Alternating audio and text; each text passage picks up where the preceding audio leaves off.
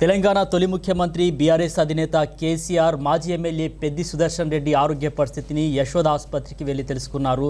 ఇక పెద్ది సుదర్శన్ రెడ్డికి సంబంధించినటువంటి ఆయనకు అందుతున్న చికిత్స వివరాలను కూడా వైద్యుల్ని అడిగి కూలంకషంగా తెలుసుకున్నారు కేసీఆర్.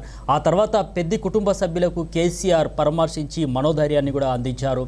ఇక వారితో పాటు BRS deputy floor leader Harish Rao, BRS working president KTR, మాజీ మంత్రి సత్యవతి రాథోడ్, మాజీ ఎంపీ జోగినపల్లి సంతోష్ కుమార్తో పాటు ఇక పలువురు ఎవరైతే మాజీ మంత్రి తలసాని శ్రీనివాస్ యాదవ్ కూడా ఉన్నారు, ఎమ్మెల్యే పల్లా రాజేశ్వర్ రెడ్డితో పాటు పలువురు బీఆర్ఎస్ పార్టీకి సంబంధించినటువంటి ముఖ్య నాయకులు కూడా ఉన్నారు. ఇక పెద్ది సుదర్శన్ రెడ్డికి సంబంధించినటువంటి ఆరోగ్య పరిస్థితి గురించి మనం మాట్లాడుకుంటే ఇంకా ఐసీయూలోనే అబ్జర్వేషన్లోనే పెద్ది సుదర్శన్ రెడ్డి ఉన్నట్టుగా తెలుస్తోంది. ఈ నేపథ్యంలో ఆయన్ని చూసేందుకు బీఆర్ఎస్ నేతలు భారీగా కూడా యశోద ఆసుపత్రికి తరలి వస్తున్నారు. ఇప్పటికే మంత్రి సీతక్క కూడా అక్కడికి చేరుకొని యశోద ఆసుపత్రి వైద్యులతో మాట్లాడి పెద్ది సుదర్శన్ రెడ్డికి సంబంధించినటువంటి అంటే వైద్య సదుపాయాలు కావచ్చు, ఆయనకు సంబంధించినటువంటి కండిషన్ కావచ్చు తెలుసుకోవడం జరిగింది. అయితే 72 గంటలకు సంబంధించి 72 గంటలు గడిస్తే తప్ప తామేం చెప్పలేమని చెప్పేసి డాక్టర్స్ చెప్తున్నట్టుగా కూడా సమాచారం అందుతుంది. ఈ నేపథ్యంలోనే ఇప్పటికే బీఆర్ఎస్ నాయకులు భారీగా యశోద ఆసుపత్రికి అయితే చేరుకుంటున్నారు.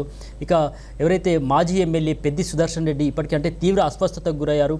ప్రాథమికంగా హనంకొండలో ఉన్నటువంటి ఆయన నివాసంలో ఉన్న సమయంలో ఆయన గుండెపోటుకు గురయ్యారు. వెంటనే ఆయన్ని వరంగల్లోని రోహిణి ఆసుపత్రికి మొదటగా తరలించారు. అక్కడ వైద్యులు సిపిఆర్ చేసి ప్రాథమిక చికిత్స అందించారు.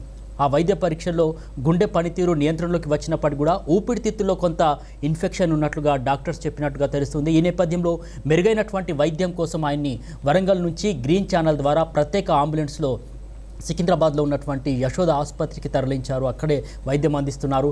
బీఆర్ఎస్ వర్కింగ్ ప్రెసిడెంట్ కేటీఆర్తో సహా మాజీ మంత్రి హరీష్ రావు అంబులెన్స్ వెంటే హైదరాబాద్ చేరుకున్నటువంటి పరిస్థితిని కూడా మనం చూసాం.